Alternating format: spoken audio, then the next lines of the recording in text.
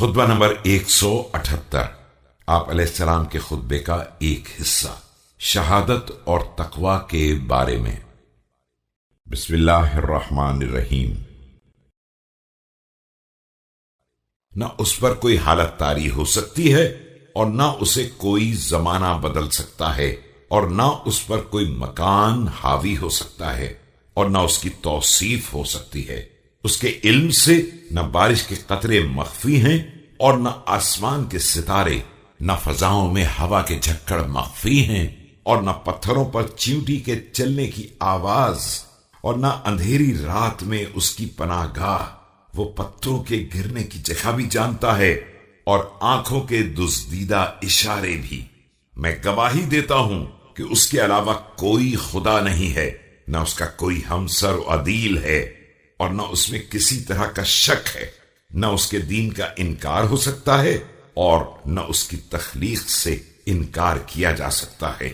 یہ شہادت اس شخص کی ہے جس کی نیت سچی ہے اور باطن صاف ہے، اس کا یقین خالص ہے اور میزان عمل گرابار۔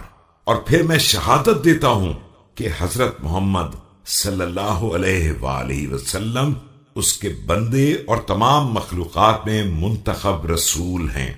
انہیں حقائق کی تشریح کے لیے چنا گیا ہے اور بہترین شرافتوں سے مخصوص کیا گیا ہے۔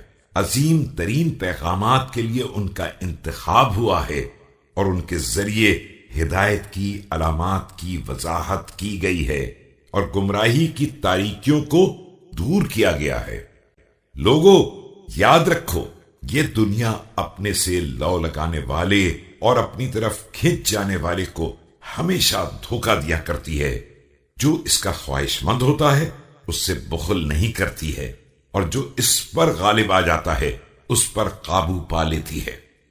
خدا کی قسم، کوئی بھی قوم جو نعمتوں کی تر و تازہ اور شاداب زندگی میں تھی اور پھر اس کی وہ زندگی زائل ہو گئی ہے تو اس کا کوئی سبب سوائے ان گناہوں کے نہیں ہے جن کا ارتکاب اس قوم نے کیا ہے۔ اس لیے کہ پروردگار اپنے بندوں پر ظلم نہیں کرتا ہے۔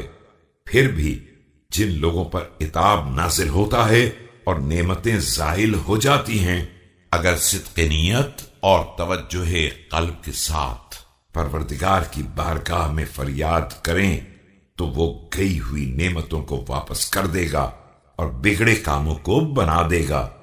میں تمہارے بارے میں اس بات سے خوفزدہ ہوں کہ کہیں تم جہالت اور نادانی میں نہ پڑ جاؤ۔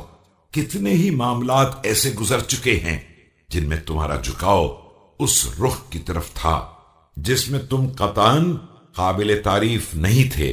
اب اگر تمہیں پہلے کی روش کی طرف پلٹا دیا جائے تو پھر نیک بخت ہو سکتے ہو، لیکن میری ذمہ داری صرف محنت کرنا ہے، اور اگر میں کہنا چاہوں تو یہی کہہ سکتا ہوں کہ پروردگار گزشتہ معاملات سے درگزر فرمائے۔